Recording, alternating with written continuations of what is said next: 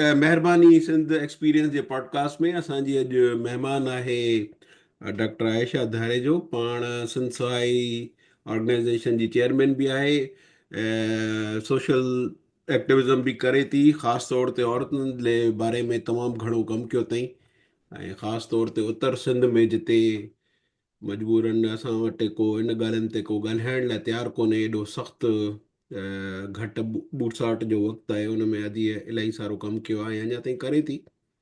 त अदी मूंखे इहो ॿुधायो त हाणे इहा सिंध सवाई ऑर्गेनाइज़ेशन आहे छा, इन जे बारे में पहिरियों ॿुधायो। Thank U Irfan. ऐं तव्हां मूंखे एज़ ए गेस्ट मुंहिंजी ॻाल्हियुनि ॿुधण लाइ, सिंध जी औरत जा मसइला ॿुधण जे लाइ, सिंध जूं हालतूं ॿुधण लाइ तव्हां प्रोग्राम में सॼो लख कुर्ब ऐं सभिनी ॿुधंदड़नि खे मुंहिंजी तरफ़ां सलाम, नमस्ते ऐं हेलो। हा हा, ॻाल्हायो थी। असल में कुझु साल पहिरीं जॾहिं मूं MA कयो लिटरेचर में, MA लिटरेचर में मूं कयो सिंधी लिटरेचर में, त मूं महसूसु कयो त जॾहिं ॿुधंदा हुआसीं वॾड़नि खां या माहौल जंहिंमें रहूं पिया असां उहे मसइला, पर जॾहिं असां पढ़ियोसीं उनखे, उन्हनि मसइलनि में असांखे इलाही मतिलबु फ़र्क़ु नज़र आयो। ऐं मूं चयो त MA मां कयां थी, मां MPhil कंदसि। मुंहिंजे उस्तादनि सर डॉक्टर यूसुफ खुश्क हिन वक़्तु ख़ैरपुर यूनिवर्सिटी जा वाइस चांसलर आहिनि। मुंहिंजा उस्ताद हुया MPhil में डॉक्टर अदल सुमरो, डॉक्टर अयास गुल मजीद चांडियो, इहे उस्ताद हुया असांजा, डॉक्टर सोफिया। सो उन्हनि मूंखे चयो त उत्तर सिंध में तूं टॉपिक खण women's problem in Sindhi literature. त जेके बि सिंधी लिटरेचर में औरतुनि जा मसइला था अची वञनि तूं उन ते कर। पर मां पहिरियां त ॾाढी मतिलबु ख़ामोश थी वियसि त असांजूं सिंध जूं उत्तर जूं औरतूं ॿुधाइण लाइ, ॻाल्हाइण लाइ, निकिरण लाइ तयारु न आहिनि, त मां हिन टॉपिक खे कीअं एॾो वसी टॉपिक खे टच करे सघंदसि। पर उन्हनि जो साथ हुयो मूंसां ऐं मूं उहो टॉपिक खयो। जीअं जीअं इरफान उन टॉपिक ते मां स्टडीज़ कंदी वियसि ऐं मां फील्ड में वयसि, जेलनि में वयसि, थाणनि में वयसि, दारुल अमान वयसि, ॻोठनि में वयसि, कारिन जे कब्रिस्तान वयसि ऐं मुख़्तलिफ़ कारिन जो नमूननि। कब्रिस्तान वरी अलॻि आहे असां वटि। हा बिल्कुलु, कारिन जो बड़े कब्रिस्तान शिकारपुर में आहे, हिकिड़ो घोटकीअ में आहे ओ माय कारिन गॉड। जो कब्रिस्तान। त मूंखे महसूसु थियो त सिंध जी औरत उत्तर में त अज़ाब में आहे। जेको कराचीअ जी औरत आहे, भले कराची जी आम औरत हुजे, ॻोठाणी औरत हुजे, लियारीअ वारी औरत हुजे, कोरंगी वारी औरत हुजे, हेॾे क्लिफ्टन ऐं पंहिंजो ॿिया पासा असां छॾे करे हेॾे अचूं, डिफेंस वारा पासा छॾे करे असां हेॾे अचूं त असां लियारी, कोरंगी ऐं ॿियनि इलाइक़नि जी औरत ॾिसूं त उन जा मसइला आहिनि। डोमेस्टिक वायलेंस उते घणो आहे। उते डोमेस्टिक वायलेंस आहे, हरासमेंट आहे, स्ट्रीट क्राइम आहे, उहो आहे। पर हिते त ज़ुल्म इहो आहे त हिते अगरि औरत कंहिंखे सलाम करे थी पई त सलाम जे जवाब में उनखे कारो थो कयो वञे त भई तूं फलाणे खे, पंहिंजे कज़न खे, पंहिंजे मासात खे, सोट खे अस्सलाम वालेकुम छो चयो। अहिड़ियूं बि कहाणी मूं पढ़ियूं ऐं मां थोरली जॾहिं स्टडी कई त मूं चयो त हिते असांजे उत्तर सिंध में का बि अहिड़ी ऑर्गेनाइज़ेशन कोन्हे का जेकी इन्हनि मसइलनि खे खणी अचे, इन्हनि इश्यूज़ ते ॻाल्हाए। ऐं इहो पासो असांजो छो लिकियल आहे? असां सिर्फ़ु सिंध सूफ़ियुनि जी धरती चवंदा आहियूं, सिंध जी सकाफ़त रिच आहे उन ते ॻाल्हाईंदा आहियूं, असां सिंध जे सियासी मसइलनि ते ॻाल्हाईंदा आहियूं, समाजी, मुआशी, इक़्तिसादी, पर औरत जे मसइले ते, निज औरत जे मसइले ते असां छो नथा ॻाल्हायूं? भले कराची हुजे, हैदराबाद हुजे, माना केस आयो हिकिड़ो प्रिंट मीडिया में आयो, सोशल मीडिया में आयो, पर फील्ड वर्क जेको करणु हूंदो आहे न, उहो इरफान ॾाढो ॾुखियो हूंदो आहे। त असां छो न फील्ड वर्क कयूं? असां छो न उन विक्टिम पार्टी ॾे वञूं? छो न अक्यूज़्ड खे ॿुधूं? छो न असां थाणनि ते वञूं? छो न असां पुलिस खे ऑन बोर्ड वठूं? त आख़िर गैप किथे आहे, मसइला किथे आहिनि? ऐं हिन जागीरदारी निज़ाम खे बि ॾिसूं त सिंध जी औरत कीअं सालनि खां पीड़िजे पई।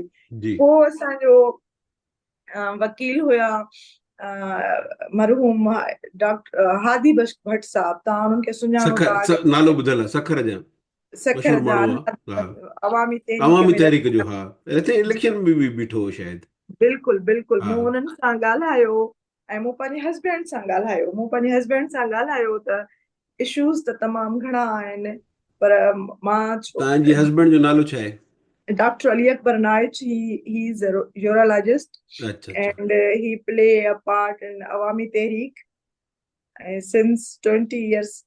मतलब उन खां वठी कमु करनि पिया आवामी तहरीक सां हिन वक़्तु पंहिंजे हुन में प्रैक्टिस में आहिनि पर पोइ बि हिकिड़ो सिंध सां नातो ऐं सिंध जी सियासत सां नातो उन्हनि जो जुड़ियल आहे त मूं हुननि खे चयो त मां औरतुनि जे हक़नि लाइ कुझु करणु चाहियां थी कुझु अहिड़ो प्लेटफॉर्म जेको सच ते मबनी हुजे जिन में ड्रामेटिक न हुजे जंहिंमें कहाणी न हुजे जंहिंमें ईअं न हुजे त मां आयशा धारे जो आहियां त मां पाण खे पेश करायां रुॻो मुंहिंजो हुजे त भई मां जिथे वञा कॉन्फ्रेंसनि में जिथे मां उते उन आम औरत जे मसइले खे खणी वञा मां फोकस कयां उन मसइले खे उन जी जड़नि ते मां कमु कयां त आख़िर आहे छा मसइलो पोइ उन्हनि चयो त हादी भट्ट सां मिलूं था ईअं हादी भट्ट सां मिलियासीं सुहेल मेमण असांजा एडवोकेट बि आहिनि जीएमिस्ट बि आहिनि साईं सां बि उन्हनि जो साईं जीएम सैयद सां उन्हनि जो तालुक़ु रहियो आहे हिकिड़ो वॾो अरसो पीरियड रहियो आहे उन्हनि सां असां ॻाल्हायोसीं ऐं एडवोकेट फरज़ाना खोसो उते कमु करे पई हिन वक़्तु उनजी ट्रस्ट हले पई फेरी होम जे नाले सां सखर में ऐं यतीम छोकिरियुनि जो पूरी सिंध में पहिरियों इदारो आहे जेको उन औरत हिकिड़ी इनिशिएटिव वरितो आहे उहा ऐं बग़ैर कंहिंजे फंडिंग जे कमु करे पई त एडवोकेट हुते रीता इन जे बारे में थोरो ॿुधायो त हुते केरु माना जेके यतीम छोकिरियूं आहिनि उन्हनि खे फुल टाइम रहाईंदा आहिनि? जी बिल्कुलु उनखे अच्छा बिल्कुलु असांजे घर जहिड़ो माहौल आहे ऐं हिकिड़ो तमामु वॾो बंगलो आहे बंगले में मतिलबु 15-20 रूम्स आहिनि ऐं उनमें हॉल आहे उनमें ड्राइंग रूम आहे डाइनिंग रूम आहे टीवी लॉन्च आहे ॿारनि जे खेॾण लाइ प्ले ग्राउंड आहे ऐं वॾी ॻाल्हि इहा आहे त पहिरियां जंहिं महिल शुरू थियो हुयो 5-6 साल पहिरियां त स्कूल ॾे ॿार वेनियूं वेंदियूं हुयूं हुनजूं हाणे हुननि एतिरो मतिलबु वॾी एरिया में वरितो आहे त स्कूल बि पंहिंजो अथनि उते ई त स्कूल बि ज़बरदस्त। पंहिंजो आहे ऐं नंढड़ा इनोसेंट इरफान तव्हां यकीन कयो त असांजे समाज जी अलमियो एॾो वॾो आहे त पहिरें ॾींहं जे ॿार खे असां मतिलबु उछलाए छॾींदा आहियूं त धीअ जो ॿारु ॼायो हम्म 4 धीअ ॼायूं 5 धीअ ॼायूं हाणे ॿियूं अफोर्ड नथा करे सघूं ऐं शादियुनि जा मसइला आहिनि अॻिते जा मसइला आहिनि पुट छो न पैदा थियो हिकिड़ी मर्दाणी सोच हिकिड़ी पिदरशाही सोच जेकी आहे न असांजे समाज में हुनखे असां मर्दाणी सोच बि न असां रवैया चऊं समाजी रवैया असांजा त उहे उन में उहे शायदि उन छोकिरियूं में व्याधि इहो बि आहे शायदि माण्हू इहो चवनि था सोचंदा आहिनि त बाबा छो त ही छोकिरी आहे इहो कमाए त कोन खाराईंदी ऐं बिल्कुलु उनखे असांखे नेगेटिव तरीक़े सां बि ॾिसंदा आहियूं त यार वरी हाणे नियाणियुनि जो थो खाए त इहा बिल्कुलु तब्दीली सदन खां कुझु जाइनि ते हले थी कुझु शयूं इम्प्रूव बि थियूं आहिनि। पोइ उन वटि उहे पहिरें ॾींहं जूं छोकिरियूं बि आहिनि ऐं उन्हनि खे बिल्कुलु आयाऊं आहिनि उन्हनि जूं उहे पहिरें ॾींहं जूं छोकिरियूं हाणे वॾियूं थी वियूं आहिनि 7-8 क्लास में पढ़नि थियूं पियूं वाह 9th 10th first year inter ताईं उहा फरज़ाना खोसो जेकी आहे त उहा पाण पंहिंजे हस्बैंड अदा अब्दुल वाहिद खोसो जी हेल्प सां उहो पंहिंजो शेल्टर फेरी होम हलाए पई ऐं उनखे 10-11 साल थी विया आहिनि अकेले सिर कमु करे पई उनखे का बि सरपरस्ती हुकूमत जी नाहे त उन सां मूं ॻाल्हायो त असां छो न औरतुनि जे कास ते कमु कयूं गॾिजी रिज़वाना सां ॻाल्हायो रिज़वाना एडवोकेट आहे उन सां ॻाल्हायो ऐं हिकु ॿिनि दोस्तनि सां ॻाल्हायो ऐं ईअं असां अदल सुमरो प्रोफेसर डॉक्टर अदल सुमरो उन सां ॻाल्हायोसीं अयाज़ गुल शाइर आहे असांजो वॾो उन सां ॻाल्हायोसीं त असां अदब पढ़ियो आहे अदब में ई मसइला ॾिसा आहिनि मूं एमफिल बि कई मूं PhD बि कई साॻे ई टॉपिक ते women's problem in Sindhi literature during MPhil मूं चयो त छो न मां 2011 में 12 में छो न असां अहिड़ो सर्कल ठाहियूं जंहिंमें असां औरतुनि जा मसइला जंहिं ते असां कॉलम लिखूं आर्टिकल लिखूं कहाणियूं लिखूं पोइट्री लिखूं जिन ते असां फील्ड वर्क कयूं पर फंडिड न हुजे असांजी ऑर्गेनाइजेशन असां फंड न वठूं ॿाहिरि मुल्क जो प्रोजेक्ट को बि न वठूं असां पाण में जेके 8-10 ॼणा आहियूं मिली करे फुड़ी फुड़ी तलाह आहे असां मिली करे असां पंहिंजो कमु कयूं ऐं असां रूट बेसिस ते वञी करे उन्हनि में कमु कयूं त पर उन उन्हनि फंडिंग जे ख़िलाफ़ छो हुयो तव्हां? मां हिन जे ख़िलाफ़ हुयसि फंडिंग जे त जंहिं महिल फंड अची वेंदा आहिनि त पोइ जेको ऑर्गेनाइज़ेशन जा मेंबर आहिनि ऐं उन्हनि जा मसइला जेके पाण में थींदा आहिनि न पोइ असां जेको निजु जेको असां जेको जंहिं ते असां कमु करणु चाहींदा आहियूं असां उन खां हटी वेंदा आहियूं पोइ हम्म असां चवंदा आहियूं त फंडिड बेस कमु कयूं असां पोइ वरी इहो ख़्यालु थींदो आहे त प्रोजेक्ट वठूं असां छो न हिनखे कारोबारी सतह ते खणी वञूं ऐं असां कमु बि कयूं था पिया, हिकिड़ी काज़ बि आहे हुन ते कमु बि कयूं था, पर उनखे असां पंहिंजे रोज़गार जो बि पंहिंजो हिकिड़ो पंहिंजो बणायूं, असां रोज़गार बि बणायूं। त इन जे मां ख़िलाफ़ हुयसि त असांखे इहो न करिणो आहे। असांखे इन सिंध सॉई ऑर्गेनाइज़ेशन जे तहत असांखे औरतुनि खे रिलीफ ॾियणो आहे।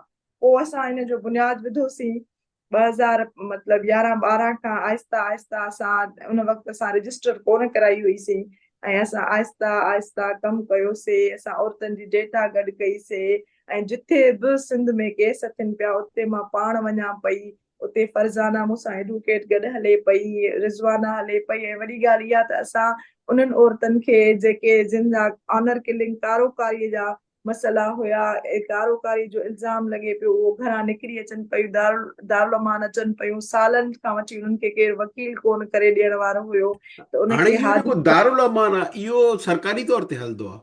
जी जी बिल्कुलु सरकारी तौर अच्छा ते हलंदो आहे ऐं सोशल वेलफेयर डिपार्टमेंट इनखे ॾिसंदो आहे। ऐं अच्छा, आउं पाण उन्हनि जी सखर दारुल अमान जी मेंबर आहियां। जेको ऐं पुराणे सखर में आहे?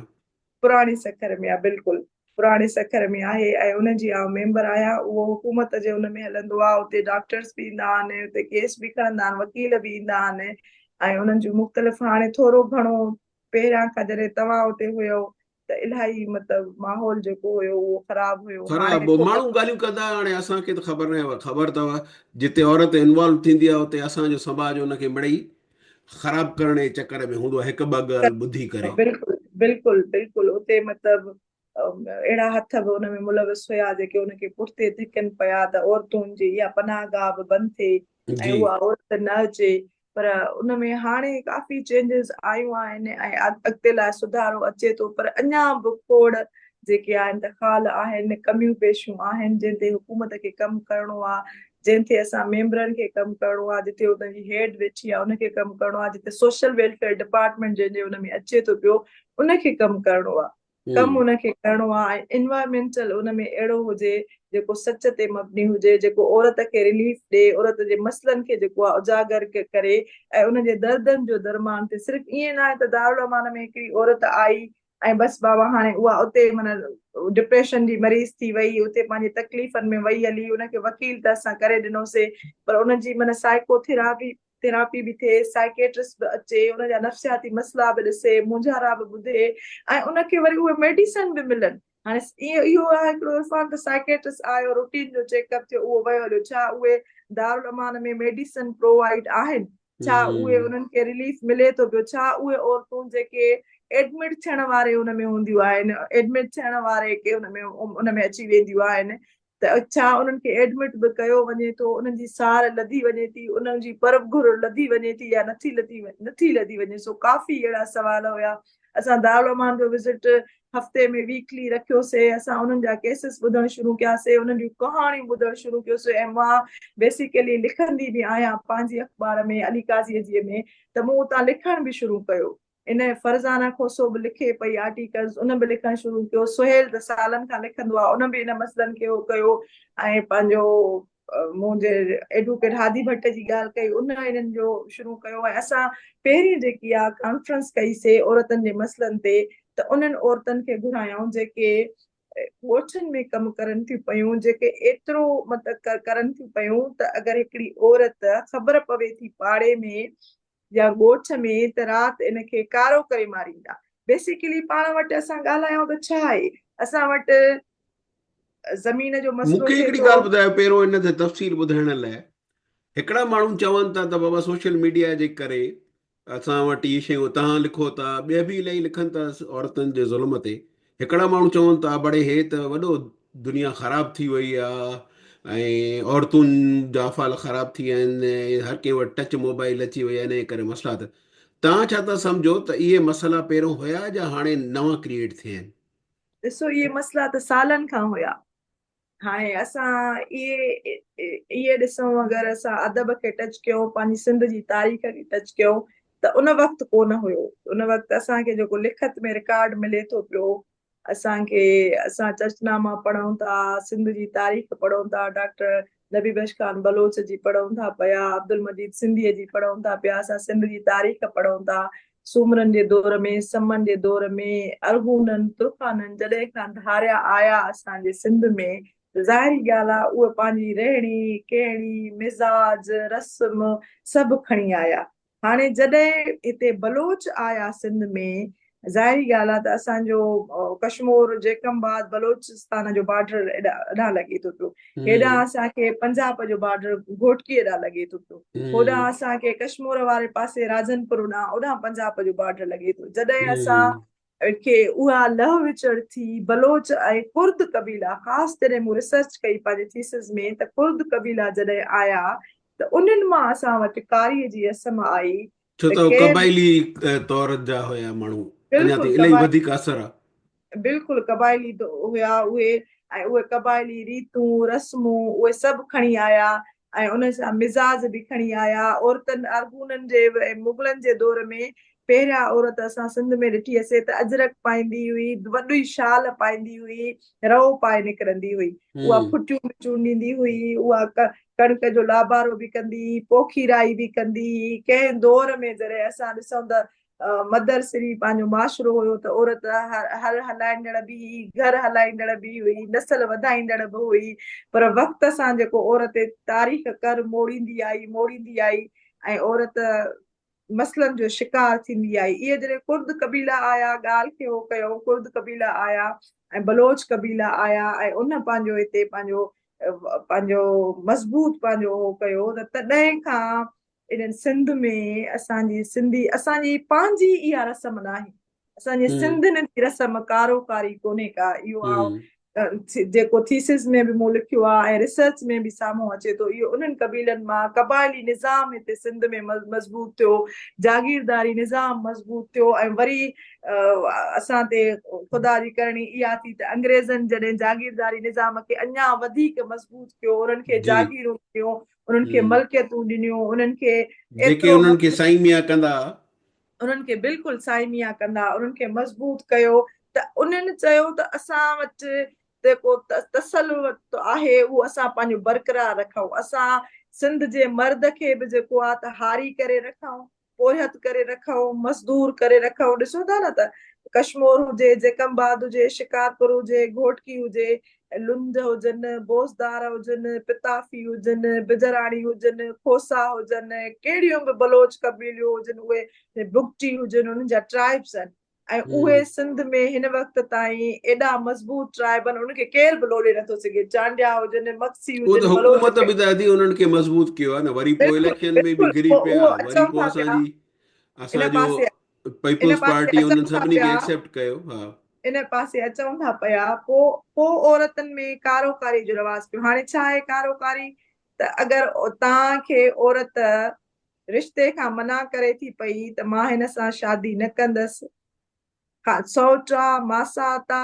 फुफाटा मारोटा कज़न ब्लड रिलेशन आहे, ॻोठ जो आहे, ॻोठ जो चङो मुड़ुसु आहे, ॻोठ जे चङे मुड़ुस जी नज़र आहे त फिलाणे पंहिंजो मां अधरोट उमिरि जो आहियां, 4 शादियूं थियल आहिनि, ॻोठ में का ख़ूबसूरत छोकिरी आहे, मां हुन सां शादी कंदमि। अगरि छोकिरी मना थी करे, न थी करे, त उनखे खंभियो वञे थो घरां। उन्हनि जे वारसनि खे जेको आहे त ॾोकड़ ॾिना था वञनि, छोकिरी ख़रीद थी कई वञे। अञा छोकिरी मज़ाहमत थी कई करे त उन छोकिरीअ खे जेको आहे त पिस्टल जा फायर करे मारियो थो वञे। अब कारी थी वई, छोकिरी कारी थी वई ऐं उन ॻठ जोड़ में ॻोठ जो वॾेरो बि मुलविस आहे, ॻोठ जो पंहिंजो उनजो थाणे जो SHO बि मुलविस आहे, ॻोठ जो चङो मुड़ुस बि मुलविस आहे, बिरादरीअ जो सरदार बि मुलविस आहे। 4 ॼणा पाण में वेही करे त बाबा फिलाणी जी छोकिरी, उनजी छा आहे, चाल चलन सही न आहे, उथण वेहण सही कोन्हे, को ॻाल्हाइण सही कोन्हे, बाबा तूं फिलाणे पंहिंजो अगरि पंहिंजो धीअ ॾींदे नथो ॾे त तुंहिंजी कारी कंदासीं। उनजो फ़ैसिलो थिए थो पियो। छोकिरी अगरि तव्हां हिन दौर में दुनिया अलाए AI आर्टिफिशियल इंटेलिजेंस ते पहुती आहे, उन दौर में असां चऊं था त असां हिकु ॾिसो सभिनी पासे ॾे ॾिसो तव्हां, असां मज़हब ॾिसो त मज़हब चवे थो त शादीअ खां अॻु में छोकिरीअ खां पुछा कई वञे, उनजी मर्ज़ी मालूम कई वञे, मर्द ऐं औरत ॿिन्हिनि खां खुलियल रुगो अचे थो रुगो निकाह क़ुर। जे वक़्तु न।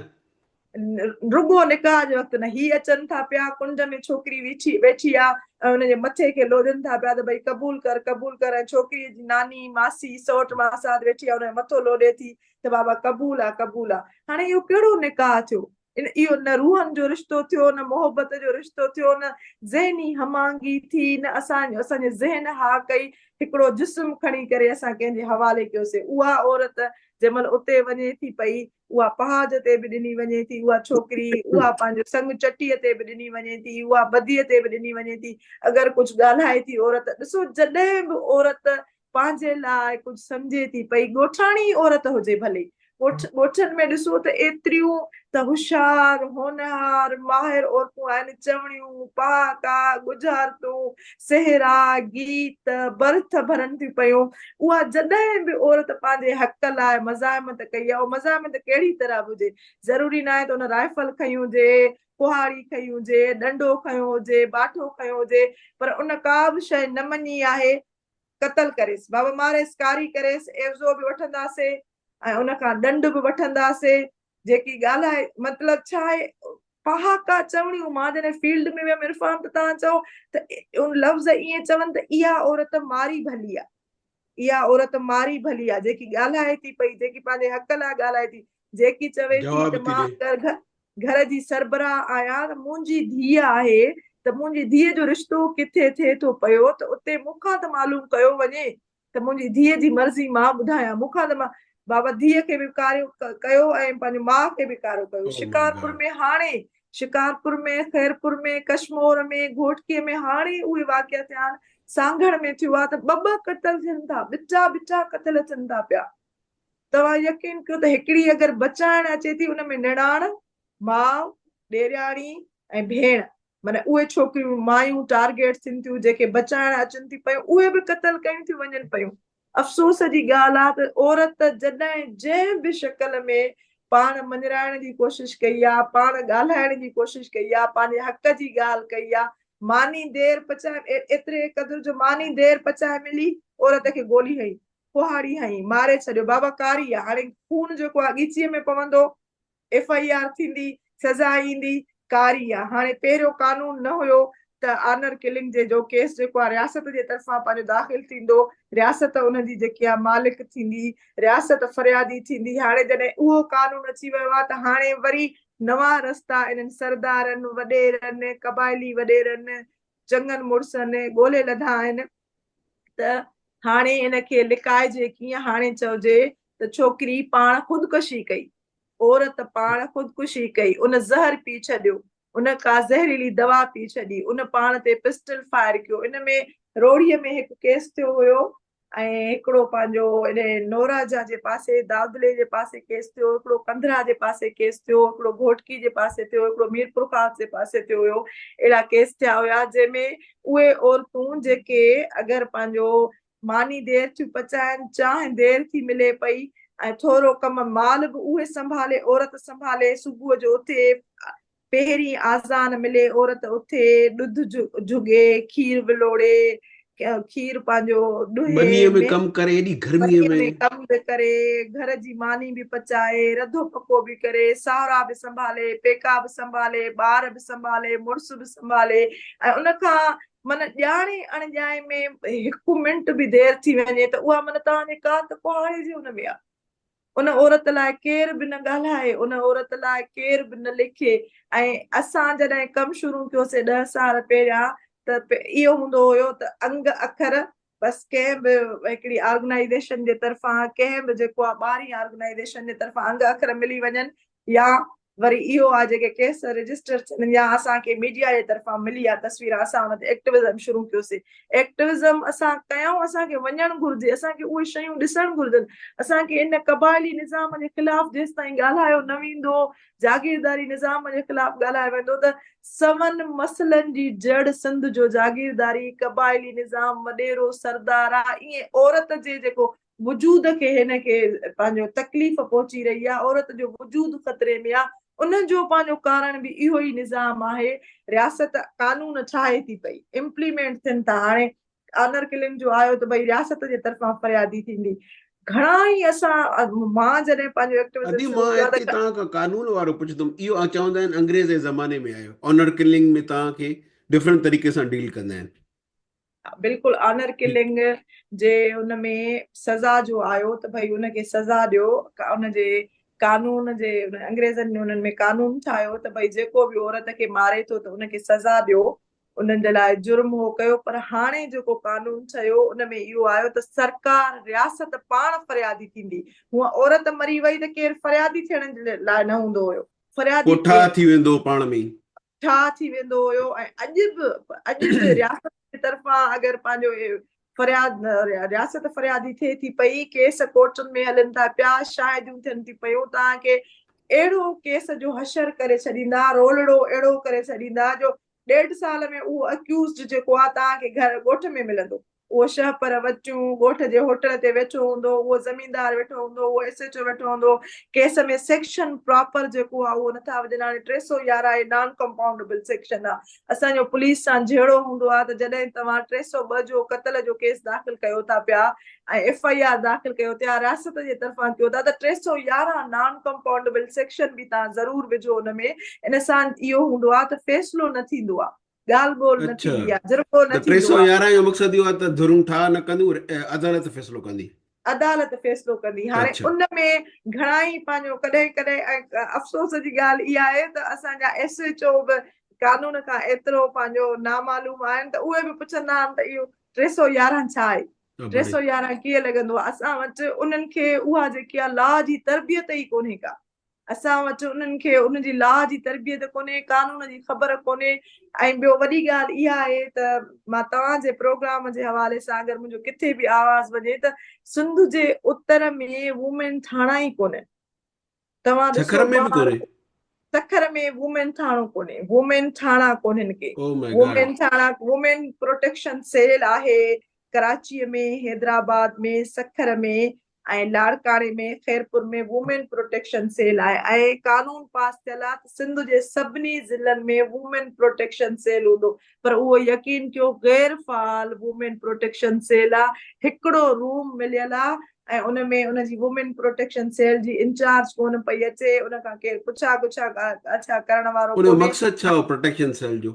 प्रोटेक्शन सेल जो मक़सदु इहो हुयो त औरतूं ईंदियूं, पंहिंजी दाह खणी ईंदियूं ऐं पाण वुमेन प्रोटेक्शन सेल जी इंचार्ज खे पंहिंजा मसइला ॿुधाईंदियूं। उन में डोमेस्टिक वायलेंस हुजे, रेप हुजे, हरासमेंट हुजे, स्ट्रीट क्राइम हुजे, उन में ऑनर किलिंग हुजे, पोइ उन में घरेलू तशदुद हुजे, उन में औरत सां वञी ॻाल्हाए माना। औरत वञी औरत सां लिंक कंदी ऐं उन्हनि वटि वेंदी। हाणे हुजण उहो त तालके सतह ते खपे, पर हाणे ज़िले ते बि पुॼे तॾहिं बि वॾी ॻाल्हि आहे। तालके सतह ते हुजे, यूनियन सतह ते हुजे, ॻोठनि में हुजे, पर यकीन कयो त असांजे ज़िलनि में असांखे तव्हांखे हर ज़िले में 4-5 लेडी कांस्टेबल बि न मिलंदियूं।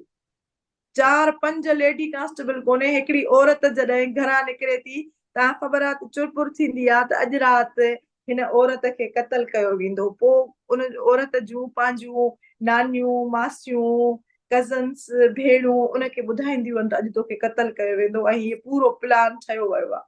त उहा औरत जंहिंमहिल भॼण जी कंदी आहे, उतां फरार थियण जी कंदी आहे, त उनखे को बि सपोर्ट न कंदो आहे का। हिकु अधु औरत कुझु केसनि में, असां शिकारपुर में खरोस छोकिरी हुई, मीम खरोस, उनजो केस हुयो जंहिंमहिल उनखे गोली लॻी ऐं उन भॼण जी कई हुई त उनजो केर बि सपोर्ट न पियो करे। पोइ असांखे कंहिं इतलाह ॾिनो सिंसोए ऑर्गेनाइज़ेशन खे त हिते क़त्ल थियो आहे।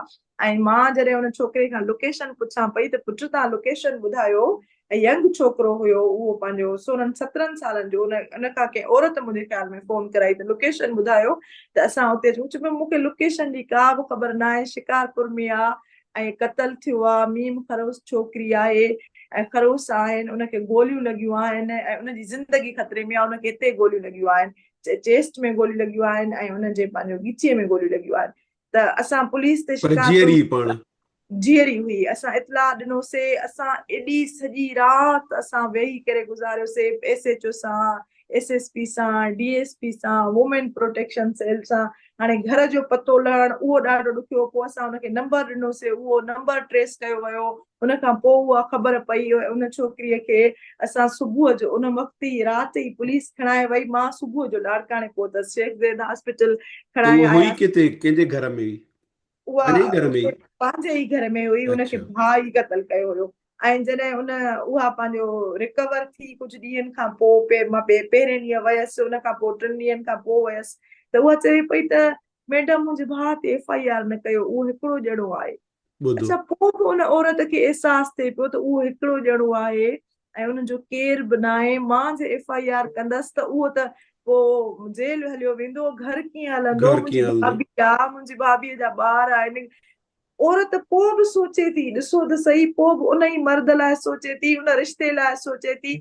ईअं ई हिकिड़ो आदलपुर में छोकिरी हुई, उहा बि बलोच छोकिरी हुई, या उनजी कास्ट जो नालो कोन थी कढां छो त उहो असां केस पंहिंजो लिखियल ई रखियो होसीं, त उनखे उनजे भाउ ऐं सौट क़तल कयो हुयो, ऐं जॾहिं सखर में उनखे बि असां रिकवर कराए खणाए आया हुआसीं, तॾहिं बि उहा फरियादी थियण लाइ पंहिंजो चवे पई त मां फरियादी न थींदसि, मां फरियादी इन लाइ न थींदसि त मुंहिंजो भाउ खे पुलिस पंहिंजी कस्टडी में वठंदी, उनखे सज़ा अची वेंदी, असांजी ॿनी पंहिंजो पोख पंहिंजो थियल आहे, असांजी पोख सड़ी वेंदी, केरु ख़्यालु कंदो। मां हुनखे चवां पई त तूं ॾिस त सही, तोखे सीने में गोलियूं लॻियूं आहिनि, तूं ॾिस त सही, तोखे मारण जे चक्कर में अलाए कीअं बची वई। तूं अलाए कीअं बची वई आहे, असां रेस्क्यू न करायो आहे त तूं कीअं पंहिंजो बचे आहे। त पोइ हुनखे असां इलाही ॾींहंनि खां पोइ एग्री कयोसीं, ऐं उनखे असां साइकेट्रिस्ट घुरायोसीं, उनखां असां हिकिड़ी पंहिंजो उनजे लाइ घुराईसीं, ॿी औरत घुराईसीं, साइकेट्रिस्ट घुराईसीं, उन सां ॻाल्हायो, उनखे ॿुधायोसीं, सम्झायोसीं तूं न कंदीअ त ॿियो बि न कंदो, ॿियूं बि औरतूं ईअं मरी वेंदियूं, इहो ॿियूं बि सिलसिलो हलंदो रहंदो। ऐं इहो सिलसिलो हलंदो रहंदो जेसि ताईं इन्हनि खे सज़ाऊं न मिलंदियूं, जेसि ताईं इहे सोशल मीडिया ते न ईंदा ऐं इहे डिॼंदा न कानून खां, तेसि ताईं इहो अमल जारी रहंदो। पोइ हुन छोकिरी FIR कराई ऐं हुनजो भाउ गिरफ़्तार थियो, ऐं उहा उन चयो त मां हाणे केॾां वेंदसि। असां हुनखे दारुल अमान रेफर कयोसीं, ऐं दारुल अमान जूं हालतूं बद खां अॼु बि बदतर आहिनि। हम्म। को एॾो खुलियल मौक़िफ़ न ॾियां, पर एतिरो ॾेई सघां थी त बद खां बदतर आहिनि, सम्झण वारे लाइ काफ़ी आहिनि त हिकु हम्म। छोकिरीअ जे लाइ, यंग छोकिरीअ जे लाइ उहे जेके सरकमस्टेंसिस आहिनि सूटेबल न आहिनि, उहो जेको माहौल आहे उन लाइ सूटेबल न आहे। उते जेको कुझु थी रहियो आहे, उहो जेके अफ़वाहूं आहिनि, जेको कुझु हली रहियो आहे, उहो तमामु घणो आज़ार थी रहियो आहे। ऐं उतां जी 80 पूरी 90 ॾहाके में अदी असां ॿुधासीं अजीब अजीब क़िस्म जूं ॻाल्हियूं, उन वक़्तु हाणे एॾो शऊर बि न हूंदो, पर लॻे थो त तव्हां चओ था तव्हां इन बि को एॾो सुधारो न थियो आहे। न सुधारो थियो, असांजे इदारनि में सुधारो न थियो। असांजे ॾिसो त वुमेन प्रोटेक्शन सेल हर ज़िले में आहे, त हिन वक़्तु कश्मीर ज़िले में वुमेन प्रोटेक्शन सेल आहे, उनजी पंहिंजो जेकी आहे त वुमेन प्रोटेक्शन सेल जी इंचार्ज न ईंदी आहे। घोटकीअ में आहे त घोटकीअ जो जंहिं सखर वारा संभालींदा आहिनि। इवन एतिरे क़दुरु जो वुमेन प्रोटेक्शन सेल में अगरि हिकिड़ियूं पंहिंजो 10 औरतूं अची वेंदियूं आहिनि त उन्हनि खे लाइन अप कयो वेंदो आहे त बाबा तव्हां वेही रहो, असां ॿुधूं था। ऐं हू पंहिंजे ई हुन में मज़े में वेठा हूंदा आहिनि। अर्जेंट केसिस अचनि था, तव्हां ॿुधो, अर्जेंट कॉल अचनि था। ऐं अफ़सोस जी ॻाल्हि त दुनिया अलाए किथे तरक़ी कई आहे, औरतुनि खे केतिरा हक़ मिलियल आहिनि। जिथे को शागिर्द ॿाहिरि मुल्क जो अगरि पंहिंजो उहो बीमार थिए थो त उनखे उन वक़्तु रेस्क्यू करे हॉस्पिटल पहुचायो थो वञे, उन जूं नीड्स जो ख़्यालु थो कयो वञे, इमरजेंसीअ जो ख़्यालु थो कयो वञे, दवाऊं टेस्टूं हर शइ ॾेई करे उनखे घर पहुचायो थो वञे। पर हिते जंहिं औरत खे गोलियूं लॻनि थियूं, जंहिंसां ज़ुल्म थिए थो पियो, जेकी घरेलू तशदुद जो शिकार थिए थी पई, जेकी हरासमेंट जो शिकार थिए थी पई, जेको स्ट्रीट हरासमेंट जो शिकार थिए थी, वर्क प्लेस हरासमेंट जो शिकार थिए थी, जेकी पंहिंजो ऑफिस में जेको हरासमेंट थिए थो उनजो शिकार थिए थी पई, जेको पंहिंजे ई ऑफिसर्स जेके उन्हनि जी मातहत आहे उन्हनि जी हरासमेंट जो शिकार थिए थी। पर उहो उन लाइ हेल्पलाइन वञी हाणे ठही आहे सखर में। उन लाइ हेल्पलाइन हाणे पीर मोहम्मद शाह जॾहिं DIG हुयो, असां हुनखे चयोसीं त बाबा हेल्पलाइन जो नंबर त ॾियो, त का औरत या को मर्द किथे को असांखे ॿुधाए छॾे। असां बार बार इहो फेसबुक ते चवंदा आहियूं त असांजा भाइरो, बाशऊर भाइरो, असां हिकिड़ी रिक्वेस्ट कयूं था त त किथे मूंखे को मसइलो हिकिड़ी थिए थो। ॻाल्हि ते सॉरी तव्हांखे मां झलियां थो, 2-3 ॻाल्हियूं मूंखे ॿुधायो। हिकिड़ो असांखे शुरू खां वठी चयो हूंदो बाबा तालीम कोन्हे, माण्हू ॼट आहिनि, पढ़ियल आहिनि वग़ैरह वग़ैरह, त सभिनी इन केसनि में तव्हांखे लॻंदो आहे त इहे माण्हू अणपढ़ियल आहिनि? पहिरीं ॻाल्हि इहा। ॿी ॻाल्हि इहा त हे जेके तव्हां चओ था त प्रोटेक्शन सेल ठहिया आहिनि त उते माण्हू ई नथा अचनि, त पोइ इहे जेके CSS ऑफिसर आहिनि, ASP आहे, SSP, लार्ज मेजॉरिटी उहे CSS ऑफिसर्स हूंदा आहिनि। हाणे बि सिलसिलो हलियो आहे, हाणे रिज़ल्ट अचणु शुरू थिया आहिनि। इंडिविजुअल हलो कंहिंजी सक्सेस त सुठी ॻाल्हि आहे, मुबारकूं ॾियूं था, त इन्हनि खे छो मुबारकियूं ॾियूं जॾहिं इहे बि अची पार्ट ऑफ सिस्टम था थियनि, उन सिलसिले खे पिया हलाइनि था पोस्टिंग जे चकर में, इन्हनि सियासी माण्हुनि जे कॾ घुमनि था ऐं फ्रूट था हणनि। माना हाणे ॾिसो त अॼु मां पढ़ियो त अञा डिसंबर बि माना 11 महीना थिया आहिनि, 12 महीनो बि पूरो न थियो आहे त 123 ऑनर किलिंग्स थी आहिनि सिंध में, हिकु अख़बार लिखियो आहे। असां वटि को जैकबाद अलाए इन तरफ़ को पुलिस माण्हू मारे विधो आहे, उनजो जिरको थो थिए। माना ही कहिड़ी रियासत आहे, कहिड़ो मुल्क आहे। ऐं वॾे ॾुख जी ॻाल्हि त मूंखे इहा थी चवणी पए, पीपुल्स पार्टी जंहिंजी बेनज़ीर भुट्टो जहिड़ा उनजा अॻुवान रहिया आहिनि, हाणे बि दावा कंदा आहिनि त असां औरतुनि जूं पार्टी आहियूं। त इहो सिलसिलो कॾहिं ख़तमु थींदो? त पहिरियों त मूंखे इहो ॿुधायो त कानून छो न चेंज थियो आहे अञा ताईं अंग्रेज़नि वारो। ॿियो इहो ॿुधायो त इल्मु तालीम सां को फ़र्क़ु पियो आहे या न? ॾिसो, जिथे असांखे अहिड़ा केस बि मिलनि था पिया जेके असां पब्लिकली न कंदा आहियूं, उते पढ़ियल लिखियल औरतुनि सां क़तल थिए थो पियो, पढ़ियल हम्म लिखियल मुलविस थियनि था। असां नायला रिंद खे ॾिसो त उहा हॉस्टल में हुनजो क़तल थियो, पढ़ियल लिखियल छोकिरी, ऐं कंहिं करायो क़तल, केरु हुन में मुलविस आहे, उन्हनि जी जेकी आहे त पूरो जेको हुनजो रिज़ल्ट अचिणो हुयो उन प्रोसेस जो, उनजो इन्वेस्टिगेशन जो, उहो उते ई ख़तमु कयो वियो। छा उहे पढ़ियल लिखियल न हुया? छा हुनजी नम्र कॾहिं बि का सरकारी तौर ते ख़बर न पई त छा थियो? छा थियो? नम्रता क़तल थी वई। नम्रता हिकिड़ी एजुकेटेड फैमिलीअ सां तालुक रखे पई। नम्रता पाण हिकिड़ी डॉक्टर हुई। नम्रता खे जंहिं क़तल कयो हुन में कहिड़ी लॉबी मुलविस हुई, केरु मुलविस हुया? छा उहे पढ़ियल लिखियल न हुया? ईअं हम्म हिकिड़ी मीरपुर ख़ास मां छोकिरी मरियम नाले उहा क़तल थी, हुनमें पंहिंजो मुलविस कोन हुया, पढ़ियल लिखियल छोकिरी हुई, पढ़ियल लिखियल ख़ानदान जी हुई, मीरपुर ख़ास में हॉस्टल मां छोकिरी, उहा पंहिंजे वारसनि वटि आई ऐं हुनजो लाश मिलियो घर मां। पढ़ियल लिखियल ख़ानदाननि मां जूं ॻाल्हियूं निर्वार न थियूं अथनि, ज़ाहिर न थियूं अथनि, उहो उते ई लिक था लिक लिकोटी में हे मस्त जेकी हाल। महर छोकिरी बि थी हिकिड़ी शायदि हाणे, जेकी मां पंहिंजे पीउ ऐं पुटु भाइरनि मारे, जी बिल्कुलु, मार छोकिरी थी जेकी हुई। शादी हुन कई, जी उन शादी तव्हां, कई पंहिंजी पसंदि जी न, उनखे पोइ वरी हाणे ख़ैर ॿधो अथऊं शायदि उनखे। हा, हाणे हुनखे ॿधो अथऊं ऐं हुनजी मार हुई। पढ़ियल लिखियल छोकिरियूं, पढ़ियल लिखियल ख़ानदान कराची में ॾिसो त कराची में बि क़तल थियनि था। ऑनर किलिंग जो रेशो एॾो घणो न आहे, पर डोमेस्टिक वायलेंस ॾिसो त चोट ते चढ़ियल आहे कराचीअ में। हम्म, डोमेस्टिक वायलेंस ॾिसो, हरासमेंट ॾिसो, केरु करे थो? पढ़ियल लिखियल माण्हू करे थो, पढ़ियल लिखियल तबिको करे थो। हिकिड़ो बॉस जॾहिं पंहिंजी कुर्सीअ ते वेहे थो पियो, उहो पंहिंजे माथे छोकिरियुनि खे केतिरी हरासमेंट जो शिकार बणाए थो।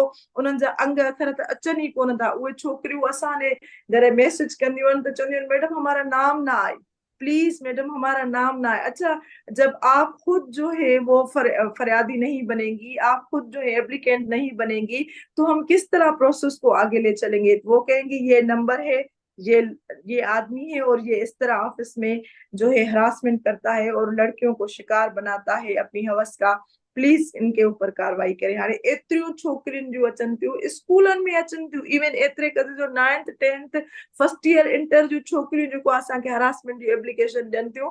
पर वॾी ॻाल्हि इहा आहे त असां जॾहिं हुननि खे चऊं था त तव्हां पाण पंहिंजे केस लाइ बीहो, त हू चवनि थियूं असां वारसनि खे ॿुधाईंदासीं, त वारस त असांजी तालीम जा रस्ता बंदि करे छॾींदा। वारसनि जो बि उहो फ्रेंडली इन्वायरमेंट न आहे, उहो ॿारनि सां जेको तालुक आहे उहो प्यार भरियो न आहे, उत्साहींदड़ न आहे। उहो इहो न आहे त असां पंहिंजी न्याणीअ खे जॾहिं स्कूल मोकिलियूं था, कॉलेज मोकिलियूं था, यूनिवर्सिटी या अहिड़नि वॾनि इदारनि में मोकिलियूं था, त उन्हनि खां मालूम कयूं त बाबा तव्हां सां रोज़मर्रा जा कहिड़ा मसइला आहिनि, तव्हां किन रवैयनि जो शिकार थियो था पिया, तव्हां सां का अहिड़ी हरासमेंट या को अहिड़ो मुंझारो या का प्रॉब्लम स्टडी में त न आहे।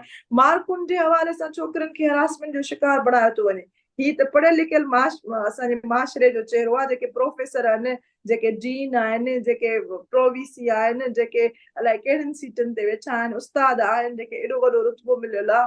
नर्सिस खे ॾिसो तव्हां, पंहिंजो BBC जे तरफ़ां पंहिंजो आयो हुयो, हाणे 2-3 ॾींहं अॻु में आई डॉक्यूमेंट्री, त नर्सिस खे हुते पंहिंजो डॉक्टर जेको आहिनि त उहो हरासमेंट जो शिकार बणाइनि था। त एॾो हरासमेंट वधी वियो आहे, डोमेस्टिक वायलेंस वधी वियो आहे पढ़ियल लिखियल में। ऐं ऑनर किलिंग जा केस पढ़ियल लिखियल में बि थियनि था पिया, पढ़ियल पर लिखियल सोच में। जी तब्दीली जी ज़रूरत आहे, इल्मु रुॻो बिल्कुलु। ऐं इल्मु न।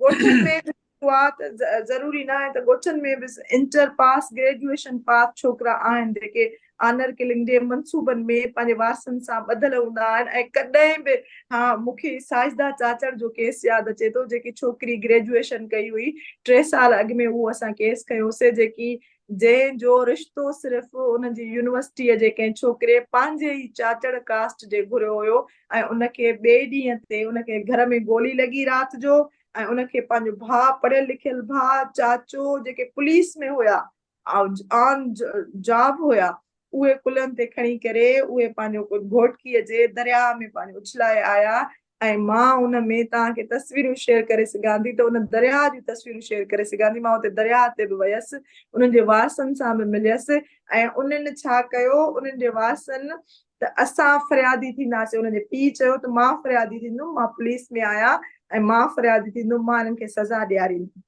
जंहिं महिल असां SSP फरूक लंजार हुयो उन टाइम घोटकीअ जो त उन मूंखे ॿुधायो त मैडम ही अॻिते ठाह कंदा ऐं उहे ई थियो वारिस पुलिस खे रियासत तरफ़ां FIR दाख़िल न पिया थियनि चाचे खे ऐं भाउ खे जवाबदार कयो पीउ जेको आहे त फरियादी थियो अॻिते हली तव्हां यकीन कयो उहो पंहिंजो 18 महीननि खां अॻु में उहो 12-13 महीननि में उहो छा थी वियो उहे शादियूं बदिलजी वियूं ऐं साजदा चाचड़ यंग छोकिरी हुई हिकिड़ी उनजो पंहिंजो खून ईअं लुड़ी वियो त पढ़ियल लिखियल फैमिली में बि इहे केस थियनि था इन जो जहालत ते न आहे इन जो असांजे सोच ते आहे मदार असांजे रवैये ते आहे कबाइली ऐं जागीरदाना सजा इल्ज़ाम आहे ऐं अफ़सोस जी ॻाल्हि इरफान जेकी तव्हां मूंसां सवेर कई त छा इहे जागीरदारनि खे सरकारी पुश्त पुनाई न आहे सरकारी त पुश्त आहे सरकारी पुश्त पुनाई आहे पी 15 सालनि खां 16-17 साल करे थी जागीरदार वॾेरो सरदार रईस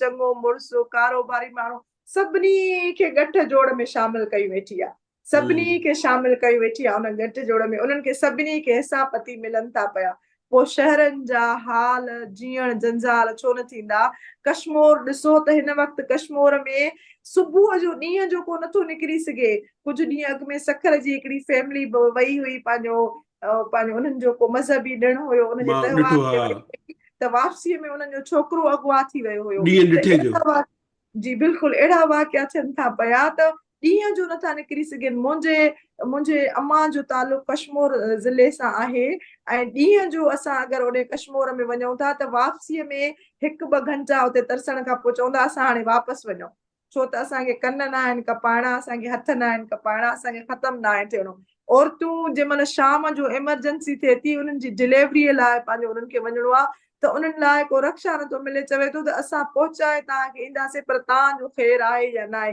इवन एतिरे क़दुरु एमरजेंसी मां जेके डेड बॉडी राति जो कश्मीर तरफ़ अचनि थियूं त उहे उते सुबुह जो इंतज़ारु करनि थियूं त आज़ान मिले सुबुह जो जॾहिं रोशनी थिए असां माण्हू ॾिसूं त पोइ तव्हांजी बॉडीअ खे लाश खे असां घर ताईं पहुचाईंदासीं छो त कंहिं महिल बि को धाड़ो लॻी थो सघे फुर थी सघे चोरी थी सघे को पीपीअ खे शर्म हया कोन्हे उहे ऐं उहो SSP तव्हां छो रखियो वेठा आहियो ऐं वरी जॾहिं पुछो थो वञे त तव्हां उहो SSP बशीर बिरोही उन ज़िले में तव्हां छो रखियो वेठा आहियो जेको कुझु नथो करे उहो चवंदा असां वटि को माना ॿियो आहे ई कोन भई पुलिस में न आहे ॿियो त पोइ मतिलबु छा थी सघे थो पुलिस में ॿी का अपॉर्चुनिटी तव्हां वटि कोन्हे उन खां सवाइ हिननि खे उहो माण्हू न वठंदो हूंदो न जेको उन्हनि जे अची दरवाज़ा ते सलाम भरे उहो उनमें असांजा 3-4 जेके SSPs आहिनि क़ाबिल SSP जंहिं ते असां चऊं त उहे कमु पटे वेंदा उहे वञण लाइ तयारु न आहिनि उहे चवनि था त असां कोन वेंदासीं छो त उनमें MNA MPA चवे थो मुंहिंजी मर्ज़ीअ ते कमु थिए ज़रदारी साहब चए थो मुंहिंजी मर्ज़ीअ ते कमु थिए बिलावल साहब चए थो मुंहिंजी मर्ज़ीअ ते कमु थिए उतां जो MNA MPA DC चवे थो मुंहिंजी मर्ज़ीअ ते कमु थिए ऐं उनखे कमु करणु ॾिनो थो वञे न उनखे हो करणु थो ॾिनो वञे ऐं जेको उन्हनि सां उनजी हा में हा मिलाए थो त पोइ ज़िले जा हाल ॾिसो कल्ह पंहिंजो हिकिड़ो वकील जेको आहे एडवोकेट राति जो अचनि पिया वापसि त उनखे क़तल कश्मीर में कयो वियो आहे पढ़ियल लिखियल छोकिरे खे छोकिरे उनखे क़तल कयो वियो आहे त हालतूं ॾिसो त बद खां बदतर न हिन वक़्तु 18 महीननि में सिंध सोई ऑर्गेनाइज़ेशन जेके अंग अखर कढिया आहिनि 2023 ऐं 2024 जो 6 महीनो जनवरीअ खां वठी जून ताईं माना 18 महीननि जी असां जेके अंग अखर कया आहिनि त 370 औरतूं ऑनर किलिंग में क़तल थियूं आहिनि ऐं सिर्फ़ु रजिस्टर्ड ऑनर किलिंग त चवण ई बंदि करणु खपे हक़ीक़त इहा माना सो कॉल्ड चवनि था असांजी मां चवां थो नालो ई न खणा कोन्हे छाजी गैरत आहे गैरत तव्हांखे पाण ते नथी अचे मां इन त इन इहो बि ॿुधायांव त हाणे बदकिस्मती सां इलाही माण्हू आहिनि पाण प्यार जा परणा करे वेठा हूंदा आहिनि, पंहिंजी धीअ भेण खे सवाल ई पैदा न आहे जो कुझु हेॾे होॾे ॾिसणु ॾियनि। ऐं पाण प्यार जो परिणो कंदा, ॿी कास्ट अफेयर्स हलंदनि, अलाए छा छा कंदा। ऐं पंहिंजो एक्स्ट्रा मैरिटल अफेयर हलंदा, उन में पंहिंजो उन खां पोइ जेको आहे उहो थींदो, उहा सभु छोकिरी ॾिसंदी, उहो सॼो घर जो माहौल छोकिरी ॾिसंदी ऐं उनजे ज़हन ते छा असरु पवे थो इहो कॾहिं बि असां न ॾिसंदासीं। त असां छोकिरो आहे उनखे, तंहिं करे हलाल आहे। छोकिरो आहे जीअं करे सुठी बूटी उनखे ॾियणी आहे, सुठो कपिड़ो उनखे ॾियणो आहे, सुठी तालीम उनखे ॾियणी आहे, सुठे इदारनि में उनखे मोकिलणो आहे, घर जो सरबराह उनखे करिणो आहे। औरत जो छा कमु आहे, पढ़े, शादी करे, घर हलाए, बच्चा पाले। अगरि उहा इंडिपेंडेंट थिए थी त तव्हां असां खां पुछो त असां लाइ कहिड़ा चैलेंजिस आहिनि, असां जेको सोसाइटीअ लाइ सर्व कयूं था, असांखे छा छा न ॿुधणो पवे थो पियो। असांखे असां सां माना लकीली अगरि पंहिंजो 3-4 औरतूं सिंध में अहिड़ियूं आहिनि जेके कमु करनि थियूं ऐं जंहिंजा पार्टनर उन्हनि जो साथ ॾियनि था, उहो बि इन जे करे त उहो ज़हनी तौरु बाशऊर आहिनि, उहो ज़हनी तौरु सियासी उन्हनि जी माण्हू बि आहिनि कंहिं हद सियासी ताईं। माण्हू बि आहिनि, उन्हनि जी हिकिड़ी तरबियत थी आहे, उन प्रोसेस मां गुज़रिया आहिनि, उहे पंहिंजो मार्क्सिस्ट आहिनि, उहे उन नज़रिए जा आहिनि जंहिंमें औरत खे बि जीअण जो हक़ मिले, औरत खे बि ॻाल्हाइण जो हक़ मिले, औरत खे बि इज़हार जो हक़ मिले, औरत खे तालीम मिले। औरत बि इंसान आहे, तव्हां उनखे इंसान करे छो नथा ट्रीट कयो, तव्हां उनखे जिन्स में छो था विझो त हे हिकिड़ी हे मर्द आहे, हे औरत आहे, हे फ़ैसिला मर्द खे करणा आहिनि, हे औरत खे करणा आहिनि, हीउ जेको आहे लिबास मर्द लाइ, ही औरत लाइ, ही खाधो मर्द लाइ, ही तालीम मर्द लाइ, सुठी हर शइ मर्द जे लाइ। ऐं घर में इवन जेसि ताईं मर्द ईंदो डाइनिंग ते वेहंदो, उहा अॻ में भाॼी हुनखे कढी मिलंदी। अॼु बि असां वटि उहो रिवाज़ आहे, अॼु बि असां वटि उहो रिवाज़ आहे। भेण उथंदी, भाउ खे कपिड़नि में अगठि विझी ॾे, भाउ जा कपिड़ा इस्त्री कर, भाउ जा कपिड़ा धो, भाउ आयो आहे भाउ खे मानी ॾे। ऐं उहा ई औरत छोकिरी जॾहिं पढ़ी करे ईंदी त उनजो केर बि ख़्यालु रखण वारो न हूंदो। बाबा रंधिणे में किचन में मानी पई थी, वञी खणी करे खा। तुंहिंजे स्कूल में, कॉलेज में, यूनिवर्सिटी में, इदारे में जेके बि तोसां मसला आहिनि नफ़्सियाती, ऐं छोकिरनि जो वॾे वाक्य ॿुधियो वेंदो। छोकिरा चवंदा त अॼु असां हिन छोकिरीअ खे तंग कयोसीं, अॼु हिनखे असां पंहिंजो को मज़ाक कयोसीं, खिल कईसीं, उनजा ॿुधियो वेंदो। ऐं छोकिरी अगरि किथे ज़िक्र कंदी त मुंहिंजो दोस्त आहे। अच्छा, फ्रेंड जी तव्हां कहिड़ी माना वठो था? तव्हां फ्रेंड जी मतिलबु तव्हां वटि छा, बॉयफ्रेंड। पंहिंजो तारीफ़ छा आहे त तव्हां हुनखे हिकिड़े बॉयफ्रेंड में ई छो था वठो? औरत ऐं मर्द दोस्त थी था सघनि ऐं सुठा दोस्त था थी सघनि, पंहिंजे हर मसइले ते ॻाल्हाए सघनि था पिया, ऐं इन सां उन में एतमाद अचे थो औरत में त केरु माण्हू आहे जेको उनखे सम्झे थो, केरु माण्हू आहे जेको ॿियो माण्हू उनखे ॿुधे थो पियो। ऐं असां पंहिंजी औरतुनि खे, पंहिंजी नियाणियुनि खे छो न हक़ ॾियूं त हू इज़त जे दाइरे में, हू पंहिंजे लाइ पंहिंजी सोच ऐं फ़हम जे मुताबिक़ को अहिड़ो मर्द दोस्त बि करे सघनि था जेको उनजो ज़िंदगीअ में, सॼी ज़िंदगीअ में ॾुख सुख उन सां शेयर करे सघे थी, पंहिंजी एजुकेशन जे हिसाब सां उन सां शेयरिंग करे सघे थी, पंहिंजी ज़िंदगी जे हिसाब सां ॻाल्हाए सघे थी, ॿुधी सघे थी। तव्हां पंहिंजे लाइ चओ था त असां लाइ दोस्त बि औरत हुजे। अच्छा, घणो असां वटि अॼुकल्ह इहो ज़िक्र हले थो पियो त मर्द जेको अदब में घणो हले थो पियो त मर्द हमेशह चाहियो आहे त बाशऊर लिबरल औरत मुंहिंजी दोस्त हुजे पर वाइफ न हुजे। जॾहिं बाशऊर ऐं लिबरल औरत उनजी वाइफ थी वञे त उन लाइ ख़तरो थो थी वञे, उन लाइ मसइलो थो थी वञे, छो त हू हर मौज़ूअ ते ॻाल्हाए थी पई, हर हक़ पंहिंजे ते ॻाल्हाए थी पई, हर जेको राइट उनखे कानूननि मिलियल आहे उन ते ॻाल्हाए थी पई। हू मर्द जे खामियुनि ते बि ॻाल्हाए थी पई, मर्द जे रवैये ते बि ॻाल्हाए थी, उन सां जेको घर में सलूक रवा रखियो थो वञे उन सां बि ॻाल्हाए थी पई। ऐं वॾी ॻाल्हि इहा आहे जंहिंमें असांजो पोइ त इहे चवंदा आहिनि न वॾेरा जेके औरतुनि जी तालीम जे ख़िलाफ़ हूंदा आहिनि, उहे चवंदा आहिनि साईं हिनखे पढ़ाईंदव त ॻाल्हाइणु शुरू कंदव। ॻाल्हाइण शुरू कंदी त असां लाइ मसइलो थींदो, ज़ाहिरी ॻाल्हि आहे असांजे कानूननि जे ख़िलाफ़ वेंदी। ऐं जेके इहे पंहिंजो सो कार्ड पंहिंजो वॾेरा आहिनि, जागीरदार आहिनि, इहे जेके पिदरश्री समाज आहे, इहे जेके हुननि जा रवैया, मां कॾहिं मज़ेदार बि ॻाल्हि इहा अथव दी, तव्हां ॾिसो न अगरि सोशल मीडिया ते, उहे बि सोशल मीडिया बि सिखी विया आहिनि। हाणे मां ॾिसंदो आहियां त वॾेरनि जूं वीडियोज़ थियूं हलनि, वरी साईं उहे अचनि था पुठियां गाना था हलनि, माना उन्हनि कीअं रोमेंटिसाइज़ कयो थो वञे। ऐं माना उहे बि लही पिया आहिनि हाणे फेसबुक ऐं हिन ते। अॼुकल्ह सियासी तरबियत असांजे सियासतदार जी आहे कोन। उन्हनि लाइ सियासी तरबियत लाइ प्लेटफॉर्म सोशल मीडिया आहे। 10 वाठा रखिया, 10 दोस्त रखिया पढ़ियल लिखियल, ऐं पंहिंजो 2 वाठा रखिया, 3 हिकु 2 पंहिंजो कमदार रखियो, सुठी गाॾी रखी, सुठा कपिड़ा रखिया, निकिरणो आहे साहब कीअं निकिरे थो पियो, गुलनि जी वर्खा करणी आहे कंहिं प्रोग्राम में, उहो निकिरे थो पियो, उनजी पंहिंजो टिकटॉक ठाहिणो आहे, ऐं जेके 8-10 दोस्त आहिनि उनखे टिकटॉक उन्हनि जा रखणा आहिनि, उन्हनि जा फॉलोवर्स वधाइणा आहिनि सोशल मीडिया ते, प्रिंट मीडिया ते उनखे हाईलाइट करिणो आहे। उनजी सियासी तरबियत ईअं थिए थी, हू न को किताब पढ़े थो, न को MRD 1 यूनिट ऐं कंहिं तहरीक मां गुज़रे तारीख़ थो जी ख़बर पियो, ई न।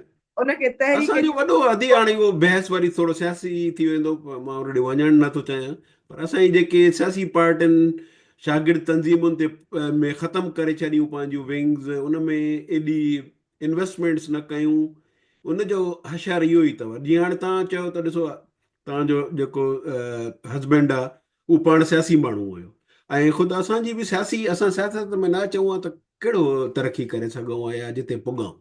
त असांजो इहो वॾो अलमियो आहे त असांजे सभु कॉम्परस्त कम्यूनिस्ट त वीचारा ख़तम बि थी विया, अञा अवामी तहरीक बि ॿियनि जा बि स्टूडेंट लीडर ई कोन्हनि, हाणे नालो ई नथो अचे। माना हाणे वरी मां ॾिठो आहे थोरी घणी तहरीक थी आहे, त उन में वरी ॾिसो त वरी इहो वरी ॿियो मौज़ू आहे त उहा सियासी पार्टियुनि जी सेंट्रल कमेटी में तव्हांखे का माई नथी मिले, या हिकिड़ी माई वेठी हूंदी, 20 माण्हू वॾी वेठा आहिनि, हिकिड़ी माई वेठी आहे यार। दिस इज़ 2024, माना वॾी ॻाल्हि आहे 2024 में त बि तव्हांखे मायूं नथियूं मिलनि, अधु खां वधीक जिथे आबादी सिंधी। जिथे दुनिया में औरतूं सदर प्रेसिडेंट थियनि थियूं, प्राइम मिनिस्टर थियनि थियूं पयूं, सिफारतकार थियनि थियूं पयूं, जहाज़नि ते पंहिंजो चंड ताईं पहुचनि थियूं पयूं, जिथे उहे AI में वॾा पंहिंजो रिसर्च पेपर लिखनि थियूं पयूं, जिथे अदब जाते जेको अधी आहे, अपॉर्चुनिटी ॻाल्हि आहे, हाणे वरी ज़ाती ॻाल्हि थी वेंदी। मुंहिंजी ऐं उते घरवारी असां जेकी आहे सियासी पहिरीं पार्टियुनि सियासी छोकिरी आहे, सिंधी छोकिरी आहे जंहिं हिते डेमोक्रेट पार्टी जी इलेक्शन खटी आहे काउंसलर पंहिंजे टाउन में। अच्छा हा ज़बरदस्त। हा पर हिते असां वटि तव्हांखे इहा हिकिड़ी ॻाल्हि जस ॾींदासीं असां, ॿियूं जेतिरियूं बि मतिलबु ख़ामियूं हुजनि या उन्हनि ते नथी उहो कयां, हूंदियूं बिल्कुलु हूंदियूं, ख़ामियूं बि हूंदियूं, ख़ूबियूं बि हूंदियूं, मसइला बि हूंदा, पर अवामी तहरीक, सिंधियाणी तहरीक, ख़ासि करे सिंधियाणी तहरीक औरतूं कजियूं आहिनि। बिल्कुलु। सिंधियाणी तहरीक जो हाणे 17 नवंबर ते जेको प्रोग्राम हुयो, कराची में हज़ारे औरतूं कराचीअ में रोडनि ते हुयूं, त सिंधियाणी तहरीक औरतूं कढियूं आहिनि। ईअं असांखे पंहिंजो हाणे शायदि चवनि था त 22 तारीख़ सखर में। जी बिल्कुलु 22 हा तारीख़ सखर में आहे, इनशाला हुन में शामिल हूंदासीं। पर ईअं असांखे सिंध यूनाइटेड पार्टीअ जी औरत विंग असांखे मज़बूत, मुस्तहकम ऐं फ़ाल नथी अचे, जेके औरतुनि जे घरनि में वञे, शऊर पैदा करे, किथे 4-5 घर जेके आहिनि उहे पीपुल्स मिली पार्टी करे। जे औरत विंग आहिनि या न आहिनि हाणे सखर में या घोटकीअ में? पीपल्स पार्टीअ जी औरत विंग आहिनि, त उहा बाशऊर औरत अचे ई कोन थी उते। उहा छो त पीपीअ में उहो ई पंहिंजो फेवरेटिज़म आहे, पीपीअ में हाणे बीबी कोन्हे, त उन्हनि औरतुनि खे पंहिंजो उहो आहे कोन, मोरूसी सियासत आहे जेकी। ऐं असां वटि तव्हां ॿुधो हूंदो मांडल शर जी जी जी, अवामी तहरीक में जेको घोटकी हुयो, जो। घोटकीअ जो हुयो, उनजी धीउ आहे ज़रका शर। उहा अच्छा। हाणे पंहिंजो उहा हाणे 50 साल खनि जी थी वई आहे, पर यकीन कयो हिन वक़्त ताईं उहा हारनि जी तहरीक हलाए थी वई, हिन वाह। वक़्त ताईं सियासी तौर मुनज़िम आहे। पर उन औरत खे को प्लेटफॉर्म अहिड़ो न ॾिनो आहे सियासतदाननि, त उहो उन ते अचे, आवाज़ उथारे, उनखे अॻिते आणिजे ऐं उनखे बि ॻाल्हाइण जो मौक़ो ॾिजे।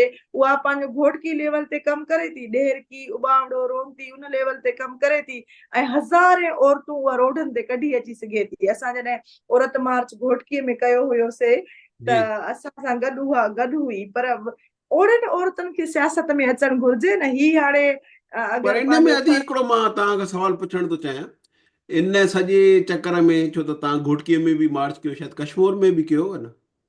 जी जी, ऐं त उन में जेके मज़हबी धुरियूं आहिनि उन्हनि जो छा हूंदो आहे रवैयो? असां जॾहिं 2019 में अलाए 20 में 2019 में असां ऐलान कयोसीं, त मां वई हुयसि हैदराबाद वेफ ॾे। त तव्हां हैदराबाद में औरत मार्च कयो था पिया, अमर सिंधु इरफान अमला ॾे, त तव्हां सखर में छो नथा अचो? निज मसला जिते मां पाण कई वई हुयसि, ऐं निज मसइला जॾहिं उत्तर में आहिनि त मार्च कराची ऐं हैदराबाद में, छो हैदराबाद में मसइला आहिनि, ऑनर किलिंग आहे, बिल्कुलु आहे, पर उनजा थियण मसाला डिफरेंट आहिनि। हा, उन्हनि जा थोरा। मसइला। हा, हा, त हेॾे तव्हां छो नथा अचो? पोइ असां गॾिजी करे असां उन्हनि खे चयोसीं, ऐं पूरे सिंध जेको आहे जी जॉइंट एक्शन कमेटी ठाहीसीं असां सखर में 2018 में मार्च कयोसीं, औरत मार्च। ऐं तव्हां यकीन कयो उन वक़्तु जेके मज़हबी हुयूं हुयूं, राशिद महमूद हुयो, ॿिया हुया, टे हुया, असांखे जेके धमकियूं मिलियूं, असांखे ॿारनि जे स्कूलनि जे ताईं धमकियूं मिलियूं त तव्हांजा ॿार फलाणे स्कूल में पढ़नि था, तव्हांजो हस्बैंड फलाणी हॉस्पिटल में प्राइवेट क्लिनिक अथसि, तव्हांजो हस्बैंड हिते वेंदो आहे, तव्हां हिन गाॾीअ में सफ़र था कयो, हद दर्जे खां वधीक असांखे धमकियूं मिलियूं। पर असां चयोसीं असांखे स्टैंड जेको वरितो आहे उन ते बीहणो आहे ऐं इहो कमु करिणो आहे। उन खां पोइ हुननि 1 साल असां सां गॾु कयो ऐं उन खां पोइ उहो अलॻि थी वियो। ज़ाहिरी ॻाल्हि आहे त वरी पोइ असां पंहिंजो उनखे कंटिन्यू रखियोसीं। 2019 में वरी सखर में औरत मार्च कयोसीं, वरी असां हुनखे 2000 में वरी घोटकी में खणी वियासीं, औरत मार्च कयोसीं, वरी कश्मीर में औरत मार्च कयोसीं, वरी असां पोइ साल उते लाड़काने। लोकल मायूं आयूं घोटकी ऐं बिल्कुलु, कश्मीर में? वॾी अच्छा। ॻाल्हि इहा त लोकल मायूं आहियूं, लोकल वाह। मायूं ऐं रूट्स ताईं वियासीं। मुंहिंजो इहो हुयो त मां जॾहिं घरनि में वञा पई, ॻोठनि में वञा पई, त औताक में बि वञा पई, जी। उताक में बि वञा पई ऐं उन्हनि जे मर्दनि सां मिलां पई ऐं आउं चवां पई त उन्हनि खे तव्हां पंहिंजी औरतुनि खे जेसि ताईं न कढंदव, जेसि ताईं तालीम न ॾींदव, तरबियत न ॾींदव, उन्हनि खे इज़हार जी आज़ादी न ॾींदव, ॻाल्हाइण जो हक़ु न ॾींदव, फ़र्द न ॾींदव। ऐं मुंहिंजी ज़ाहिरी ॻाल्हि आहे त जेतिरी पंहिंजो तालीम जे हिसाब सां तरबियत थियल आहे त इस्लामी तरबियत बि ओतिरी आहे। त आउं उन्हनि खे हदीस में बि कोट करे ॿुधायां पई त भई बीबी ज़ैनब जॾहिं यज़ीद जे दरबार में ॻाल्हाए सघे थी ऐं पंहिंजो बीबी आयशा जंग जमल करे सघे थी, बीबी ख़दीजतुल कुबरा वापारी औरत एॾी थी सघे थी, त तव्हांजी औरत छो न? उन वक़्त में हज़ारे उन सवे वक़्त साल में पहिरियों। वक़्त में जॾहिं 1400 साल पहिरियां नबी साईं जो दौर हिकिड़ो अहिड़ो दौर हुयो, पत्थर जो दौर हुयो, उन वक़्त जी औरत वापारी थी सघे थी, जंगियूं विड़ी थी सघे, बीबी आशा वाइज़ करे सघे थी, ॻाल्हाए सघे थी पई। ऐं बीबी ज़ैनब उन दौर यज़ीद में त मां जेसि ताईं मां पढ़ियो आहे एॾो मज़हबी मूंखे नॉलेज कोन्हे, पर गॾु नमाज़ पढ़ंदा औरतूं मर्द। बिल्कुलु। ऐं यज़ीद जे दरबार में पंहिंजे हक़ लाइ बीबी ज़ैनब जेको ख़ुतबो ॾिए थी, ॻाल्हाए थी पई, अॼु असां ते वक़्तु आहे। असांजी सिंध जी औरत ते यकीन कयो अहिड़ो ई वक़्तु आहे, करबला जहिड़ो वक़्तु आहे त असांजी औरत इन ॿिटे मयार में फाथल आहे। असांजी औरत खे दुनिया किथे पुगी आहे, असांजी तालीम जो हक़ कोन्हे। असांजी औरत अॼु बि न्याणी असां मदरसनि में मोकिलनि था पिया, मस्जिदनि में मोकिलनि था, जंहिंसां रेप थिए थो। ऐं सभ खां वधीक रेप जेके ॿारनि सां थियनि था ख़ैरपुर में थियनि था पिया। उहो उन अंगनि अखरनि खे लिकायो वञे थो, ख़ैरपुर जो ॻोठनि में थियनि था पिया, मस्जिदनि में थियनि था ऐं पिया। दुख जी ॻाल्हि इहा आहे त उते त नफ़ीसा शाह जहिड़ा माण्हू वेठा आहिनि जेके MNA आहे, पाण ॿाहिरियां जी पढ़ियल आहे, उनजी त थीसिस लिखियल आहे कारोकारी ऐं इन ते। थीसिस लिखियल आहे, पर अफ़सोस जी ॻाल्हि इहा आहे जेकी मोरूसी सियासत आहे न, त उन ई त औरत कास्ट खे धकु ॾिनो आहे। इन हम्म। मोरूसी सियासत ई त औरत कास्ट खे ॾिनो आहे धकु, त असांखे पार्टीअ खे हलाइणो आहे। पार्टीअ खे हलाइणो, भई असां पीपीअ जे ख़िलाफ़ न आहियूं, असां हिन वक़्तु जेकी हुकूमत हले थी पई ऐं उन जूं जेके पॉलिसियूं आहिनि, असां उन जे ख़िलाफ़ बीठल आहियूं। असां चऊं था त सिंध जी औरत खे मज़बूत कयो, जेके कानून उनखे राइट ॾिना आहिनि उन्हनि खे इम्प्लीमेंट बि करायो। इहे जेके तव्हांजा सरदार वॾेरा जेके फ़ैसिला करनि था पिया, उन्हनि जे फ़ैसिलनि ते पाबंदी विझो त तव्हां औरतुनि जा फ़ैसिला न कयो, तव्हां कारोकारी जा फ़ैसिला न कयो, तव्हां उन्हनि खे पंहिंजी औरत खे पसंदि जी शादीअ जो हक़ ॾियो, उनखे जेके शरीयत जे तरफ़ां आहे, कानून जे तरफ़ां हक़ मिलियल आहे, त तव्हां उहे त घटि में घटि इम्प्लीमेंट करायो। तव्हां सरदार वॾेरा गठजोड़ करे पीपीए में शामिल कई वेठा हो, सियासी हुकूमत में शामिल कई वेठा हो, तव्हां उन्हनि खां औरत लाइ कमु त वठो, तव्हां ॻाल्हायो त सही। अगरि बीबी हुजे हा हिन दौर में त कुझु हालतूं बहितर हुजनि हा, कुझु हालतूं बहितर हुजनि हा, पर हिन छो वक़्तु त त केरु। मूंखे अदीब हाणे सियासी इख़्तिलाफ़ात पंहिंजी तरफ़ पंहिंजी जाइ ते, पर काफ़ी औरतुनि चयो बि आहे, ॿुधो बि आहे, जेके चवंदियूं आहिनि त बाबा मां हिन फील्ड में न करे आहियां जो बेनज़ीर भुट्टो खे ॾिसूं था, अगरि उहो वज़ीर आज़म थी सघे थी त मां डॉक्टर छो नथी थी सघां, वकील छो नथी थी सघां। उन दौर में इहो बि थियो त इलाही जॻहियुनि ते हाई कोर्ट जूं जजिस बि पहिरियों दफ़ो थियूं। जी तो बिल्कुलु, जस्टिस त इहो राजदार बि आहे त हाणे असां वटि इहो बि सियासी मसइलो इहो थी वियो आहे त हाणे वुमन लीडर ई न रहियूं, माना बेनज़ीर खां पोइ त। बिल्कुलु पीपीए में वॾी शिदत सां महसूस कयो वञे थो त पीपीए में वुमेन लीडर कोन्हनि। उहे हाणे उहे ॻाल्हि आसिफ़ा खे उभारनि था आस्ते आस्ते। आसपा खे उभारनि था पिया, पर उनखे जेसि ताईं उन तहरीकनि जो हिसो न बणिणो पवंदो, जेसि ताईं सियासी उन मरहलनि मां गुज़रणी पवंदी, ऐं उनखे मुंहिंजे ख़्याल में उन्हनि जा एडवाइज़रनि खे इहा एडवाइस ॾियणी पए, आम सिंधी औरत सां न मिलणो पवंदो जेकी इन मसइलनि जो शिकार आहे, जंहिं वटि तालीम कोन्हे, जंहिं वटि। ऐं वॾी ॻाल्हि इहा त हुनरमंद असां हिकिड़ो कार्ड ॾेई छॾियो आहे सिंधी औरत खे, बेनज़ीर इनकम सपोर्ट कार्ड आहे, तव्हां हुनखे हुनरी सिख्या ॾियो, हुनरी तरबियत ॾियो, उते जेको कुझु थी रहियो आहे ज़ुल्म, उन सां तव्हां उनजी त हो कयो, उन बीबी आसपा जा जेके बि एडवाइज़र आहिनि उनखे एडवाइस ॾियनि त ग्रास रूट ते तव्हां औरत सां मिलो, तव्हां उनजी ॿियो न त हिकिड़ो ॾींहुं अची तालीम कश्मीर में रहे त ख़बर पइजी वेंदसि। कश्मीर में अचे, घोटकीअ में अचे, शिकारपुर में अचे, त उनखे ख़बर पवे न। उन्हनि खे वरी अहिड़नि रोडनि रस्तनि तां गुज़ारियो वेंदो आहे, जेको हिकिड़ो रोड शहर जो हूंदो आहे त उहो पको रस्तो हूंदो आहे, उन्हनि खे कचनि रस्तनि मां गुज़ारणु, उन्हनि खे फसल में कमु कंदड़, हारपो कंदड़, ॾुथ ॾोरींदड़ उहे औरतूं ॾेखारनि, उनखे थर में वठी वञनि, लाड़ में वठी वञनि, उनजी औरतूं ॾिसनि त कीअं कमु करनि थियूं पयूं, उन्हनि खे उन्हनि फैक्ट्रियुनि में ॾेखारियो वञे त उन्हनि फैक्ट्रियुनि में एतिरी हरासमेंट थिए थी। वरी ॻाल्हि त उन्हनि जेको स्टील मिलूं आहिनि, फैक्ट्रियूं आहिनि, उन्हनि में औरतुनि सां हरासमेंट थिए थी पई। इवन मां कल्ह मच कचेरी में ॾियारीअ में वई हुयमि त मां चवां पई ही हाल आहे ॾियारी जिथां पंहिंजो असांजी हुकूमत सिलेक्ट थी, सिंध हुकूमत जा माण्हू अचनि था पिया, त उतां जो हाल तव्हां ॾिसो त हर तरफ़ बदबू, हर तरफ़ रस्ता भॻल, टुटल रस्ता, ऐं उन में त औरतूं जेको आम सिंध औरतूं निकिरनि थियूं पियूं, अॼु बि बीबीअ सां इश्क करनि थियूं पियूं, पर उन्हनि खे सहूलियतूं कोन्हनि, पीअण जो साफ़ पाणी कोन्हे उन्हनि वटि। कराचीअ में वॾो मसइलो इहो आहे त पीअण जो साफ़ पाणी कोन्हे उन्हनि वटि, उन्हनि औरतुनि वटि। जेको बेसिक हूंदो आहे, बेसिक हूंदो आहे, जेकी बेसिक नीड आहे, उन्हनि खे रोज़गार जा ज़रिया कोन्हनि, उन्हनि खे तव्हां हुनरी सिख्या ॾियो, उहे इदारा खोलियो, गवर्नमेंट जी उन्हनि ते हथ हुजे, गवर्नमेंट जे अंडर में थियनि, उन्हनि जे जेको आहे इम्पोर्ट एक्सपोर्ट तव्हां वधायो, ऐं तव्हां सकाफ़ती ॾींहं त मल्हायो था, पर उन्हनि औरतुनि वटि बि वञो जेके पंहिंजो हथ जो हुनर करनि थी पई, उनखे हुनरी पंहिंजो उन हुनर खे हथी ॾियो तव्हां। ठीकु आहे आदी, हाणे हिते खुटायूं था।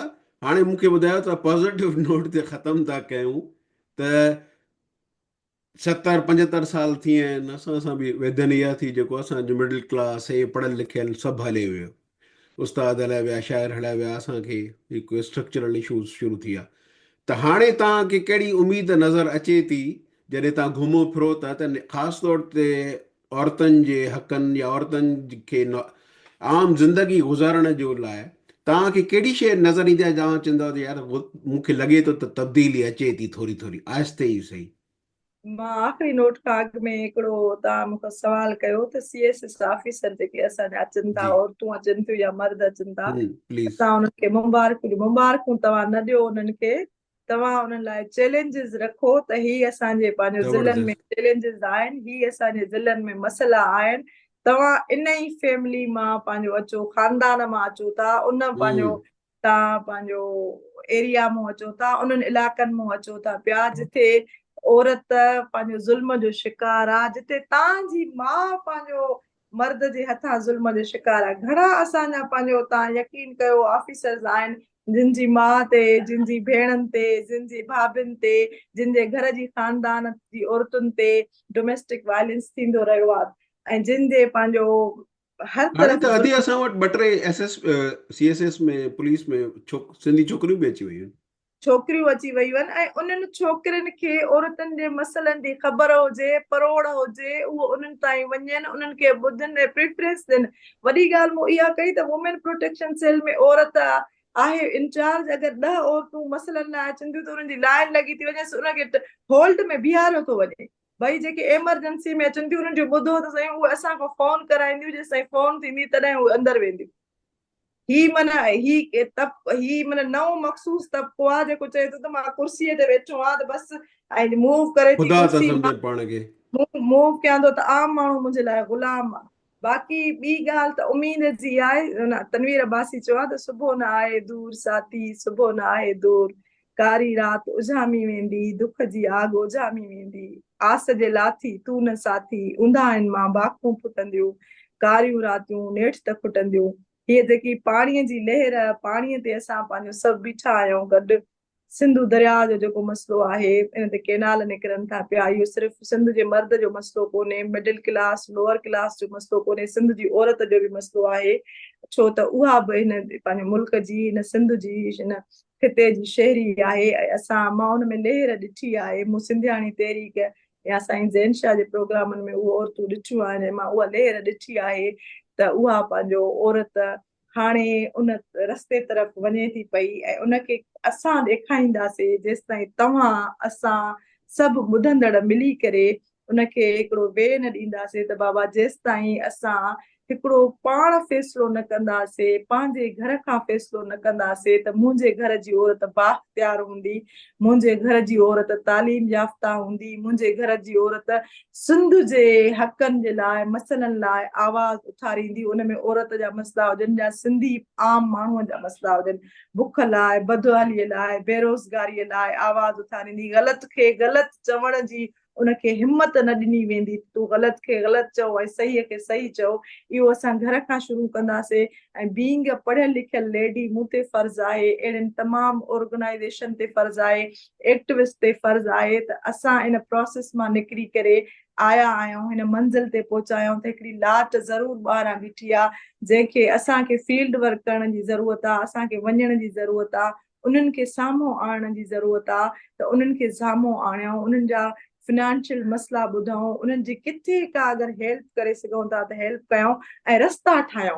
जेसि ताईं नंढा नंढा रस्ता न ठाहींदासीं, गस न ठाहींदासीं उन्हनि लाइ, त हू अॻिते न वधी वेंदियूं। बीइंग असां औरत या मर्द उन्हनि न्याणियुनि लाइ रस्ता ठाहियूं, अपॉर्चुनिटीज़ ॾियूं उन्हनि खे, ऐं उन्हनि ते एतमाद कयूं त अॼु जी औरत बि बेनज़ीर थी सघे, आसमान जहांगीर थी सघे, ख़ालदा रियासत थी सघे पई, अॼु जी औरत हसीना वाजिद थी सघे पई।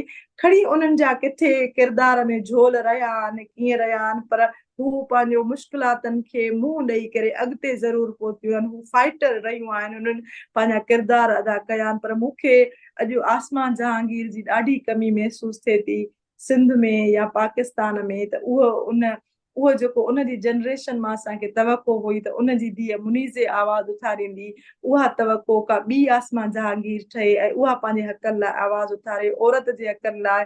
ऐं उन औरत खे ॾिठो जेकी पीढ़ियल आहे, उन औरत खे ॾिसो जंहिंजो निज मसइलो आहे, उनखे ॿुधो, उनखे बाइख्तियार बणायो। ऐं सभिनी भाइरनि खे इहो ज़रूरु आख़िरी पंहिंजो अर्ज़ु कंदसि त किथे बि को मसइलो ॾिसो था त तव्हां उनखे हाईलाइट ज़रूरु कयो। अगरि तव्हां में एतिरी सघ आहे, पंहिंजो नालो नथा ॾेई सघो, तव्हां कंहिं दोस्त ताईं पहुचायो, कंहिं बाख़्तियार औरत ताईं पहुचायो, बाख़्तियार मर्द ताईं पहुचायो। उन मां जेसि ताईं असां शयुनि खे हाईलाइट न कंदासीं, जेसि ताईं उन्हनि मुजरिमनि खे सज़ाऊं न ईंदियूं, जेसि ताईं अहिड़ा जेके आहिनि मिसाल न ठहंदा, ओसि ताईं ज़ुल्म वधंदो। ज़ुल्म खे वधाइणो न आहे, घटाइणो आहे। ऐं कड़ी कड़ीअ में मिली करे हिकिड़ी ज़ंजीर ठाहिणी आहे। ऐं असांखे उन्हनि मुस्बत रवैयनि खे जेको हिमथाइणो आहे, असांजे नौजवाननि खे में, मूंखे औरत नौजवान हुजे या मर्द हुजे, उन इंसान में मूंखे उम्मीद ज़रूरी आहे। ऐं मां हमेशह चवंदी आहियां, बोल के लब आज़ाद हैं तेरे, बोल सबा अब तक क्यों चुप है, बोल के कुंदा जिस्म है तेरा, बोल के अब तक जान तेरी है। त तव्हां ॻाल्हायो, पंहिंजे हक़नि लाइ ॻाल्हायो, पंहिंजे सिंध जे हक़नि लाइ ॻाल्हायो, सिंध जे मसइलनि लाइ ॻाल्हायो। सिर्फ़ु इहो न ॾिसो त औरत जो मसइलो आहे त उन लाइ औरत ई बीहे, औरत लाइ मर्द बि ॻाल्हाए सघे थो, मर्द लाइ औरत बि ॻाल्हाए सघे थी। असां मर्द जे ख़िलाफ़ न आहियूं, असां उन्हनि रवैयनि जे, असां तिदरशाही सोच जे ख़िलाफ़ आहियूं। त असां उन्हनि रवैयनि खे असांखे पुठिते धिकणो आहे ऐं इन जागीरदारी क़बाइली निज़ाम खां असांखे छुटकारो हासिलु करणो आहे। जेसि ताईं गॾु न वेहंदासीं, नंढियूं नंढियूं वेहकूं क़ाइमु न कंदासीं, नंढा नंढा प्रोग्राम न क़ाइमु कंदासीं, हिक ॿिए जी ॻाल्हियुनि खे शेयर न कंदासीं, हिक ॿिए सां लह विचड़ न कंदासीं, ऐं आम माण्हूअ ताईं जंहिंजा मसइला आहिनि उन ताईं न पहुचंदासीं, मसइला ईअं ई उते रहंदा। इन जे करे उनखे हाईलाइट कयो, उन्हनि मसइलनि खे आणियो, सोशल, प्रिंट, इलेक्ट्रॉनिक मीडिया में आणियो, उन्हनि लाइ आवाज़ थियो, उन्हनि लाइ हिमत जो वसीलो बणिजो ऐं उन्हनि किरदारनि खे आणियो। इहा न कयो त जेलसी, त मां अगरि हिते आयशा बीठी आहियां त मां ॿी औरत कीअं अचे, मूंखां अगरि कंहिं में गट्स घणा आहिनि त मां उनखे हिमथाए वठी अचां, उनखे उहो प्लेटफॉर्म ॾियां त उहा किन ॿिनि ॾुतड़ियल आवाज़नि जो सहारो बणिजे ऐं ईअं को सिंध में चेंज अचे ऐं सियासी तौरु औरत खे सियासी सवाल बि आहे त सियासी तौरु उनखे अवेयरनेस ॾिजे, सियासी तरबियत कजे, समाजी मुआशी तरबियत कजे ऐं पंहिंजी नियाणियुनि खे तालीम ॾियो ऐं पुट ऐं धीअ में फ़र्क़ु महसूसु न कयो, ॿारनि खे हिकु जहिड़ो पंहिंजो रखो त तव्हांजा ॿार, तव्हां यकीन कयो, तव्हां एतबार त करे ॾिसो, एतमाद त करे ॾिसो उन औरत ते, सिंधी औरत ते, तव्हांखे पंहिंजो ऊंधा आहिनि मां भाखूं ॿुठंदे नज़र ईंदियूं। थैंक यू, महिरबानी। मां रिकॉर्डिंग बंदि थो कयां हाणे।